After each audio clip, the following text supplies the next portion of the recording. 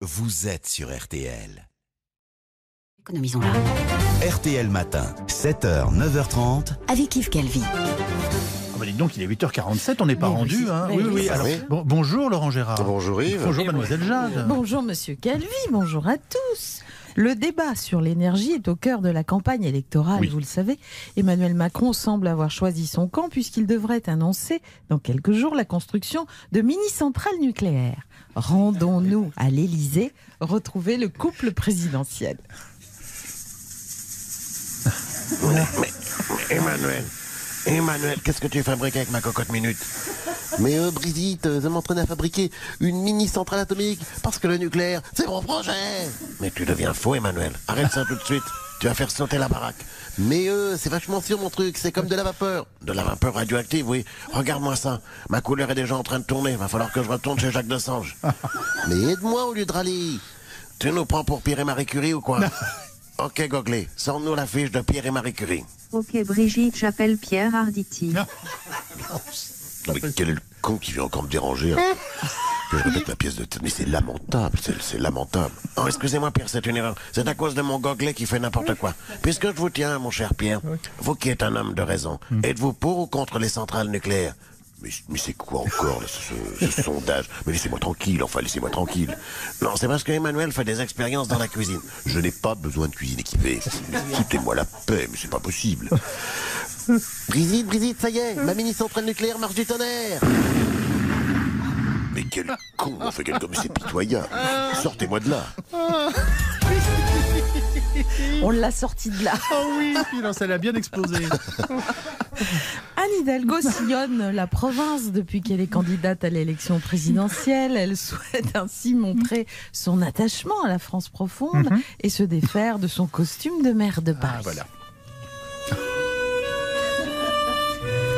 Nul doute qu'Yves Montand, alias le Papé, et Daniel Auteuil dans le rôle du Golin, les héros de notre saga provençale Macron des sources, sauront lui réserver le meilleur accueil possible. Ah non, pas doute. Papé, tu sais ce que vient de me dire le bossu? L'Anne Hidalgo va venir nous visiter. L'Anne Hidalgo, tu as dit? Pourquoi que le bossu il a appelé son Anne Hidalgo? Ma foi, ça m'étonne pas de ce fada d'écolo. Vivement que le Zemmour soit élu président, que tous les gauchistes dans son genre, ils soient obligés de donner des prénoms français à leurs ânes.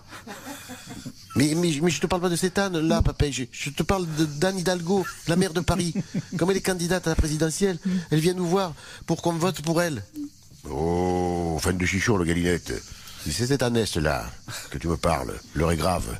Cours sur la place des Platanes et réunis Casimir, Antonin et Pique-Bouffigue au café du Mistral. On va lui présenter un joli petit comité d'accueil à l'Anne Hidalgo. Avec la fanfare du village, papé? Mais non, couillon. Avec des chevrotines. Tu m'entends, galinette? Il faut pas laisser approcher l'Anne Hidalgo. Elle va nous saloper notre belle campagne. Tu as vu ce qu'elle a fait à la capitale? Pourtant, j'ai vu une photo dans le journal chez César le coiffeur. Elle a l'air gentille. L'air gentille, tu as dit? Fadaise, c'est une sorcière. Pire que la Baptistine. À la capitale, elle a transformé les bars à vin en bar à jus.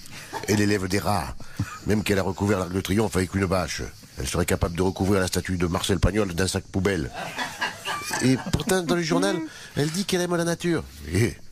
Et toi, Galinette, tu fais le gobi devant elle. La nature, il connaît rien. Si tu devais inviter à la capitale, Golin, tes œillets, tu devrais les faire pousser sur un rooftop éco-citoyen et participatif et inclusif. Ah, si l'Anne Hidalgo est élue présidente, elle te prendra ton tracteur diesel et tu devras labourer la terre en trottinette. Arrête, papé, tu me fais peur. Oui. Et tu crois que la sorcière, elle va battre Macron? Et si ton barbeau de Macron, il se méfie pas, elle pourrait bien lui prendre quelques bobos à Barbichette.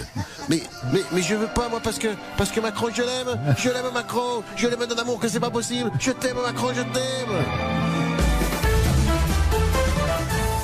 Le rapport Sauvé, commandé par l'Église catholique, révèle que 330 000 enfants ou ados ont été victimes d'abus sexuels en 70 ans. Sur la même période, il y aurait eu autour de 3000 prêtres pédophiles. Il demande pardon.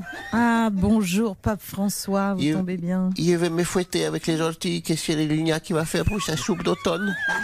Il avait prévu pour son potage. Il est honte. Il est tellement honte. Il veut faire une prière pour les curés pédophiles. Oui, je suis pas sûre que ce soit exactement cela qu'on vous demande. Si, et demandez Ouais. à Dieu qu'il les envoie tous en enfer. Ah. Où ils seront condamnés à se faire tripoter par des dames mûres, très mûres, blêtes, quoi. Ça leur fera les pieds assez pauvres. Vu comme ça. De toute façon, l'Église, par ce rapport, reconnaît ses torts, promet de lutter sans relâche contre la pédophilie et veut même indemniser les victimes. Ça risque de représenter une somme considérable. C'est pas grave, de toute façon. Il est prévu de faire des économies. L'ayant économisé servira à indemniser. Mais des économies sur quoi? Il sucre tous les abonnements des curés à Choupi Magazine.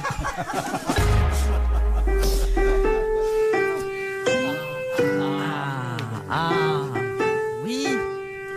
Voilà. Je crois entendre le son d'un piano. Notre ami André Manoukian ne doit pas être loin. On reconnaît le toucher de... Voilà, c'est le toucher. Bonjour André. Oh là là là là là là là là là là.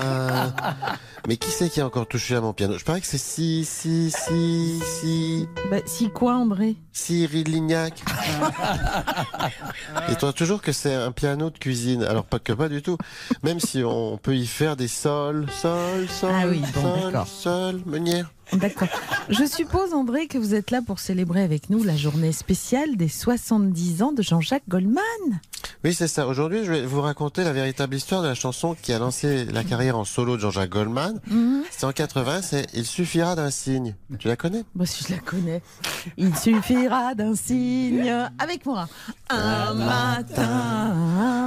matin tout tranquille et serein. Oui, Monsieur Calvi danse aussi. Tu sais, j'adore ton phrasé façon reine du karaoké des Charentes. Oui. T'as un vrai potentiel pour faire Cyril. le podium de la Française des Jeux. Mais il faudrait que tu bosses ton vibrato, Ah bah non, Non, il n'y a pas. Ah non, c'est pas. Revenons, l'histoire secrète de Il suffira d'un signe, s'il vous plaît. Bah, tu sais que Jean-Jacques Goldman, dans ses chansons, il s'inspire de la vie de tous les jours. Et il avait remarqué que le matin, il y avait un signe. C'était que quand il se réveillait, il y avait un truc qui faisait une grosse bosse dans son pyjama. Admettons. Et alors?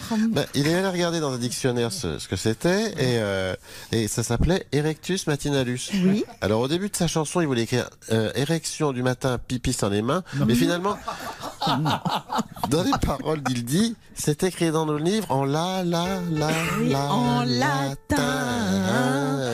D'accord, tout s'explique. Et puis un jour, il a montré sa bosse à sa copine. Oui.